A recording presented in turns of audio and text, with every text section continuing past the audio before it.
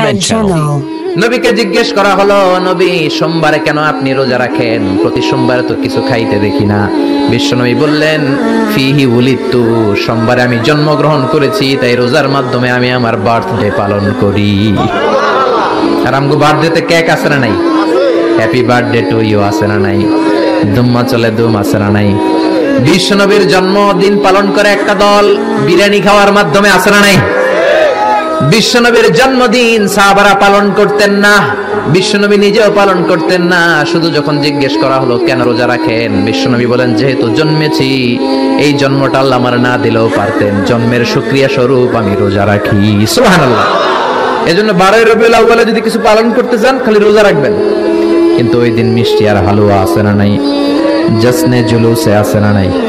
আহা, শুধু মিষ্টি আর জিলাপি, কিন্তু বিশ্বনবী রাখতেন রোজা। আপনি রোজা রাখেন, আপনি না খেয়ে থাকেন, তাহলে বিশ্বনবীর ভালোবাসার প্রমাণ পাওয়া যাবে, ঠিক কি না?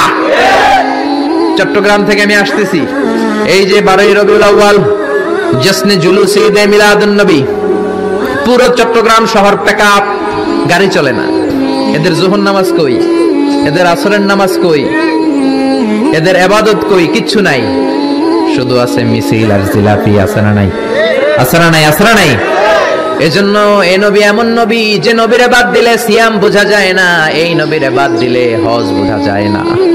কারণ বিশ্বনবী আমাদেরকে হজ করে শিখিয়েছেন। বিশ্বনবী জীবনে হজ করেছে একটা, উমরা করেছে 4টা। বিশ্বনবী যদি হজ করে না দেখাইতো, আমরা হাজির হতে পারতাম? জোরে বলেন, পারতাম? এজন্য এই নবীরে বাদ দিলে কিচ্ছু বোঝা যায় না, নবীরে বাদ দিলে কোরআন বোঝা যায় না।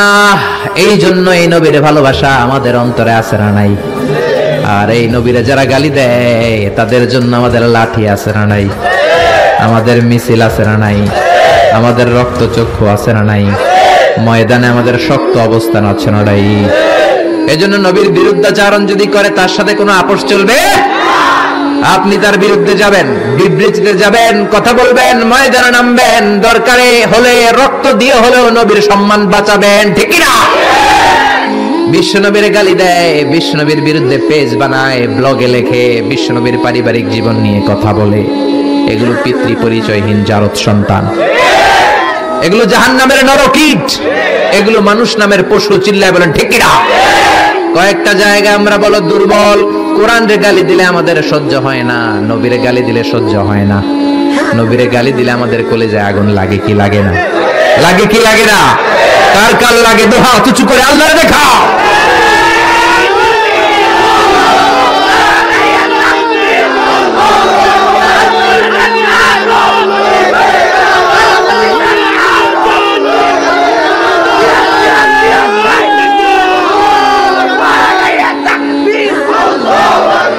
আল্লাহ আমাদের স্লোগানকে কবুল করো।